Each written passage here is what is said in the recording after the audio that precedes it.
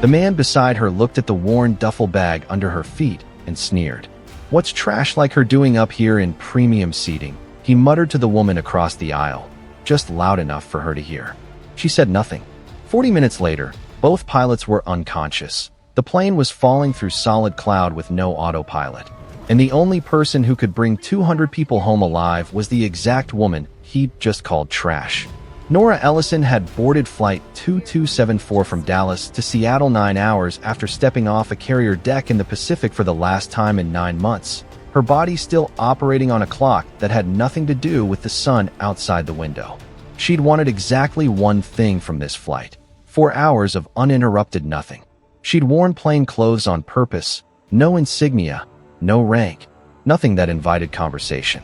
The duffel bag under her feet was olive drab and government issue, the only visible trace of the 9 months she'd just spent flying F/A-18 Super Hornets off a pitching flight deck in the black of the Philippine Sea, and she'd shoved it under the seat specifically so she wouldn't have to explain it to anyone. The man in the aisle seat, mid-40s, a quarter-zip sweater, and the specific loud confidence of someone used to being the most important person in every room he entered, had noticed the bag within the first 10 minutes of boarding. "Military?" he'd asked, glancing at it. Nora had given a tight, closed-mouth smile and put her noise-canceling headphones on. She wasn't in the mood to explain the mechanics of a catapult launch to a man who smelled like airport cologne and stale coffee. He hadn't taken the hint. 40 minutes into the flight, leaning slightly across the aisle toward a woman he'd been making small talk with since boarding, he'd made the comment about trash and premium seating, not quite under his breath, the specific volume of a man who wanted to be heard without technically being accused of saying it directly. The woman across the aisle had laughed, a small, uncomfortable laugh, the kind people give when they don't want to be complicit but also don't want to be the one who objects. Nora hadn't opened her eyes. She'd let it pass the way she let most things pass these days, filing it under the long list of things that weren't worth the energy it would take to respond to. She was cruising at 34,000 feet when the aircraft dropped. It wasn't a bump. It was a stomach-into-throat loss of altitude that pinned her against her seatbelt, the cabin erupting around her in the specific chaos of 200 people simultaneously losing confidence in the laws of physics. The overhead bins rattled violently. Someone in the back screamed. The man beside her gasped, his laptop lifting clean off the tray table. Clear air turbulence. Nora's brain calculated instantly, the way it calculated everything now, automatically, without her input. You hit dead air, the plane drops a few hundred feet, the wings find lift again. It happened all the time. What happened next was what made her open her eyes fully. The recovery was wrong. An airliner hitting turbulence should recover firm but smooth. Power through, level the wings, ease the nose up. This recovery was sloppy, uncoordinated. The left wing dipping too sharply, the nose pitching up too hard, the engines whining as they fought to catch airspeed the aircraft had already lost. The plane wallowed, heavy and drunk, like something had gone fundamentally wrong with the machine's relationship to its own controls. Nora sat up straight. The horizon outside her window sat at a wrong angle. The man beside her was gripping his armrests, knuckles white. "What are they doing up there?" he muttered. Overcorrecting, Nora thought, though she didn't say it out loud. She scanned the front of the cabin. The curtain separating premium economy from first class was swaying erratically. There should have been an announcement by now. "Sorry folks, hit some rough air. Flight attendants take your jump seats." There was nothing. Just engine drone and 200 people's nervous murmuring. The plane leveled, but it felt precarious, the locked-in stability of autopilot conspicuously absent. Someone was hand-flying this aircraft, and whoever it was, they were losing. Then the chime. The emergency intercom signal, sharp and unmistakable. 10 seconds later, the PA crackled with a woman's voice, breathless, clipping with barely controlled panic.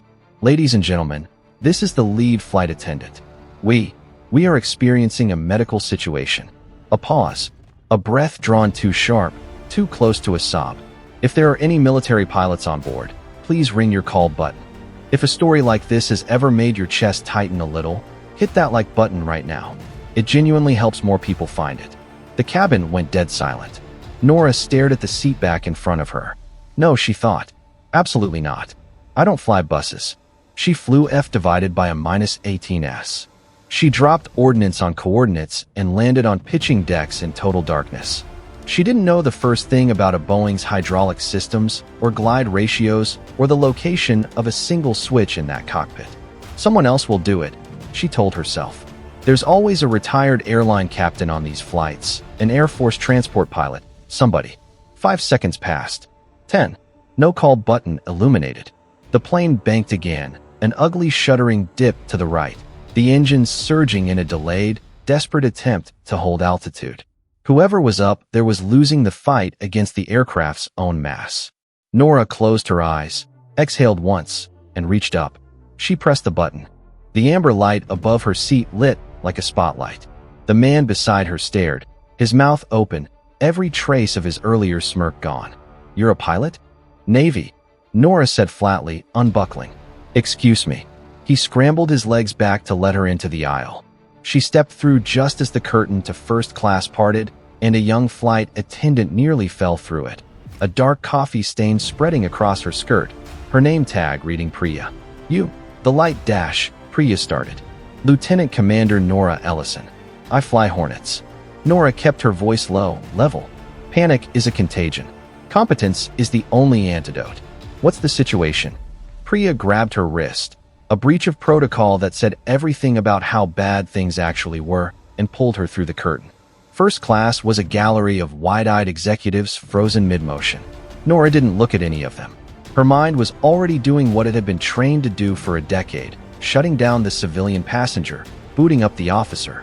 At the forward galley, an older man stood by the reinforced cockpit door, his face the color of wet ash. He'd just hung up the interphone. "This is Nora. Navy," Priya said. The purser, whose name tag read Samuel, looked her over. Faded jeans, plain shirt, hair coming loose from its tie. Nothing that looked like the silver-haired airline captain from a movie poster. "Commander," he said, tight-lipped. "We hit severe clear air turbulence. Massive drop." The flight crew was off harness, having their meal service. They hit the ceiling hard. Captain took the worst of it, hit the switch panel. He's unresponsive. First officer's awake, but his right arm is shattered. He's flying manually, left hand only, going into shock. A broken arm and shock, flying a 200-ton aircraft one-handed. The sloppy banking made total sense now. "Open the door," Nora said. Samuel punched the code. The heavy door clanked open, and the noise hit first. A piercing, repeating wail of the master caution alarm, red and amber strobing across the instrument panels. Then the smell, copper and cold sweat. The captain was slumped against his harness, a gash across his forehead leaking blood onto his collar.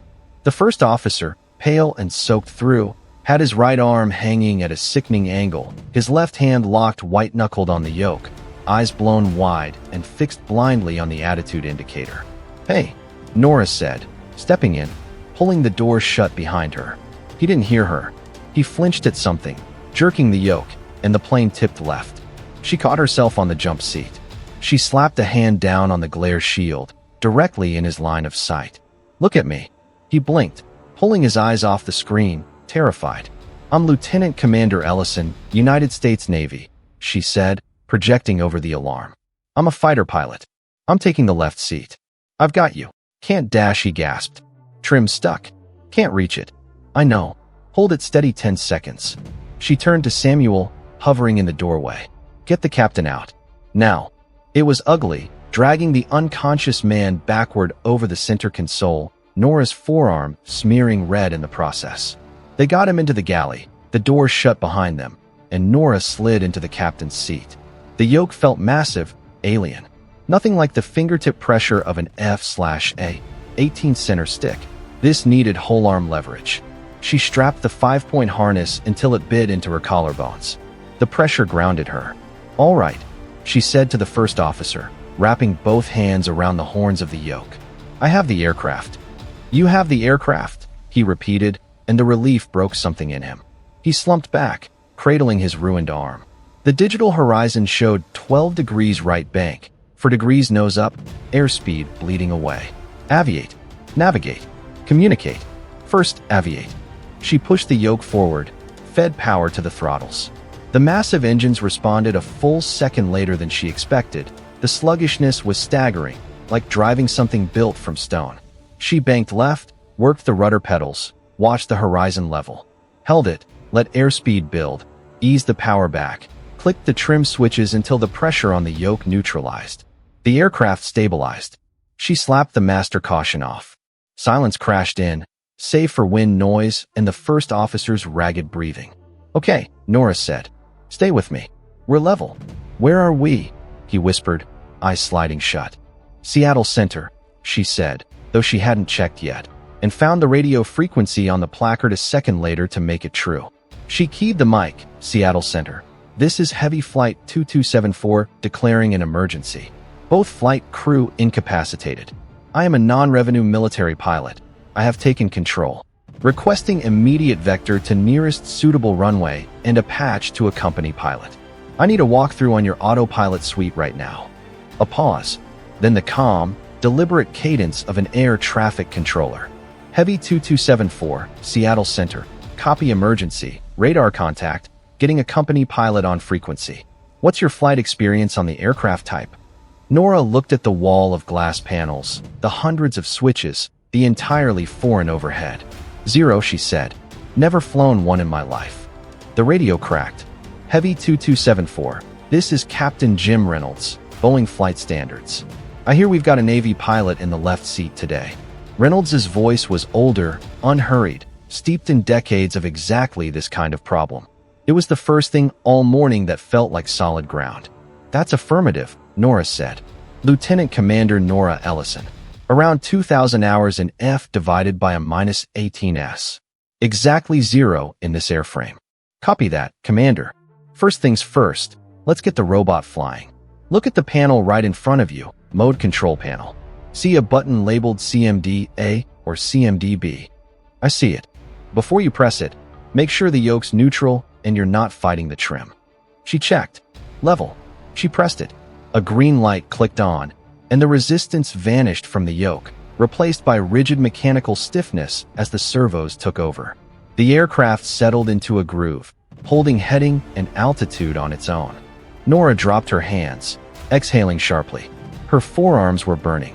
Her heart rate hadn't come down at all. "Autopilot's engaged," she said. "Good work, Navy. How's my first officer?" She looked over. He'd gone the color of old parchment, clammy, breathing rapid and shallow. Shock overtaking him fast. "He's going down. Needs trauma medics the second we stop moving. I'm single pilot up here." "Understood. We're vectoring you direct to Seattle Tacoma, runway 16 left, 12,000 feet of dry concrete. Descending you to 10,000. If you're the kind of person who reads to the end of stories like this, go ahead and hit that like button. It costs nothing, and it means everything for a channel like ours." "Copy," Nora said. "What's the weather at SeaTac?" A pause. "Overcast, ceiling 800 feet, visibility 2 miles, light rain." She swore under her breath. 800 feet meant flying blind through cloud until she was seconds from the ground, entirely dependent on instruments she'd never trained on. "Normally we'd program the flight computer for an auto land," Reynolds said, reading her silence. "But walking you through those menus right now is too risky. You could dump the flight plan by accident. We're doing this the old way. Approach gives you headings and altitudes. You dial them in. The plane flies them. When you break out of cloud, you disconnect and hand fly the flare. Can you do that?" "I can do that," Nora said. It was a lie of necessity. She had no idea how this aircraft handled at low speed. They descended through clear air first, then 12,000 feet, and the world outside the windshield vanished into thick gray soup. Rain streaked the glass. Vertigo crept into the edges of her vision, her inner ear insisting they were turning left while her eyes, locked to the attitude display, told her they were level. "Trust your scan," she thought. Attitude, airspeed, altitude, heading. Again. Heavy 2274, Seattle approach. Turn left heading 190, descend and maintain 4,000. She dialed it in. The plane banked sluggishly into the gray. She glanced at the first officer. His eyes were closed now, chest barely moving. "Stay with me," she muttered, tapping his knee. Nothing. Heavy 2274, 5 miles from the outer marker, reduced to 160 knots. Gear down, flaps 30. She hauled the flap lever back, felt the hydraulics groan somewhere deep in the wings. grabbed the gear handle, slammed it down. 3 green lights. Gear down and locked. The drag hit like a wall, the auto throttle surging to compensate. "Commander," Reynolds said, "you're on the glide path. Listen, you're Navy, you're trained to fly a glide slope right into the deck, a controlled crash. Do that to this airplane and you'll shear the gear struts off. You have to flare. Arrest the descent right before touchdown." "Understood." Her jaw ached. 1,200 feet. Still nothing but gray. 800 feet, and the clouds shredded apart all at once. Wet suburban streets, dark trees, a highway thick with traffic, and dead center in the windshield, flanked by strobing lights, the runway. "Runway in sight," she transmitted. "Disconnect the autopilot. She's all yours, Navy." She pressed the switch. An alarm blared its warning that the automation had gone. She silenced it, felt the full physical weight of the aircraft transfer into her arms as crosswind slammed the fuselage, the nose drifting right. She kicked the rudder, dipped the wing to counter the wind. Every muscle in her body straining against controls built for a much bigger person, on a much bigger scale, than anything she'd ever flown. 500, the ground proximity system called, flat and synthetic. 400, the threshold numbers rushed up. 300, rain blinding, wipers thumping in a frantic rhythm. 200, over the pavement now, runway lights blurring past. "Flare, Navy, flare, now," Reynolds said. She hauled the yoke back with everything she had, pulled the throttles to idle. The aircraft floated, suspended for an impossible stretch of runway, and then the main gear hit. A hard, spine-jarring crack, a terrifying secondary bounce, and then the full weight settled and the struts held. She drove the nose down, pulled the spoiler lever, grabbed the reverse thrust, and hauled it back. The engines howled, the deceleration violent enough to throw her against the harness. Her boots locked on the brakes as the anti-lock pulsed under her feet. 100 knots. 80. 60. At 30, she eased the reversers back to idle, steered off the high-speed exit, and brought 200 tons of aircraft to a complete, shuddering stop. She pulled the parking brake. Silence. Absolute, ringing silence, except the hum of cooling fans and rain drumming on the glass. Nora let go of the yoke. Her hands had locked into claws. She was shaking, not from fear, from the adrenaline finally leaving a body that had nowhere left to put it. Heavy 2274, the tower said, unusually soft. "Fire and rescue approaching from your right. Welcome to Seattle, Commander." "Copy," Nora said, thumb trembling so hard she nearly missed the button. "Get the medics in here. My first officer's fading." She unbuckled, ignoring the sting where the harness had cut into her collarbones. The cockpit door burst open. Samuel stood there, tears running freely down his ashen face, and behind him the roar of 200 passengers crying and clapping and cheering all at once. 3 minutes later, paramedics flooded the narrow space, moving with practiced, efficient urgency, securing the first officer's neck, hauling him out. Another team already had the captain in the galley. One of the paramedics, an older woman with a radio strapped to her chest, paused and looked at Nora. Faded jeans, blood smeared down one arm, nothing that read as a pilot's uniform. "You flew this thing down?" she asked, disbelief plain in her voice. Nora looked past her, out the windshield, at the rain and the flashing lights, and thought, briefly, of her quiet, lethal F/A-18 waiting on a flight line somewhere, small and perfectly understood in a way this aircraft never would be. "Someone had to," she said. She grabbed her duffel bag and walked out through the cabin, past 200 people she'd never speak to again, most of whom would spend the rest of their lives telling this story to people who'd have trouble believing it. The man in the quarter-zip sweater was still in his seat, pale, silent, unable to meet her eyes as she passed. He didn't say anything. There was nothing left in him that wanted to. The airline's official statement, released to media 11 hours later, confirmed only that Flight 2274 had experienced a significant weather event, resulting in crew incapacitation, that the aircraft had landed safely at Seattle-Tacoma International, and that both injured crew members were receiving treatment and expected to recover. It did not include Nora Ellison's name. It did not mention the Navy. A single line, buried near the bottom, noted that an off-duty passenger with relevant aviation experience assisted the flight crew, language so carefully bloodless that most readers skimmed past it without registering what it meant. Reporters found her anyway, within a week, the way reporters find anyone once 200 people start telling the same extraordinary story to their families. She declined every interview. A local news van sat outside her apartment for 2 days before giving up. Priya, the flight attendant, kept in touch. She sent a message a month later saying she'd requested a transfer to a different type of work entirely, something on the ground, something that didn't involve trusting the sky quite so completely. She said she thought about the sound of that alarm most nights before she fell asleep, and that she didn't think that would stop for a long time. Samuel retired 8 months after the incident, earlier than he'd planned. He told a colleague once, off the record, that he'd spent 30 years believing he understood exactly what an emergency looked like, and that he'd learned in the span of about 11 minutes that he hadn't understood anything at all. The first officer, whose name never made it into any public account, underwent 2 surgeries on his arm and returned to flying 14 months later, in a different seat, for a different airline. He never spoke publicly about what happened. People who knew him said he kept a single object on his desk afterward, a small metal model of a Boeing 767, though nobody who saw it ever asked him why, and he never offered an explanation. Nora went back to her unit 3 weeks later. She didn't tell her squadron what had happened, and for a while, nobody there knew.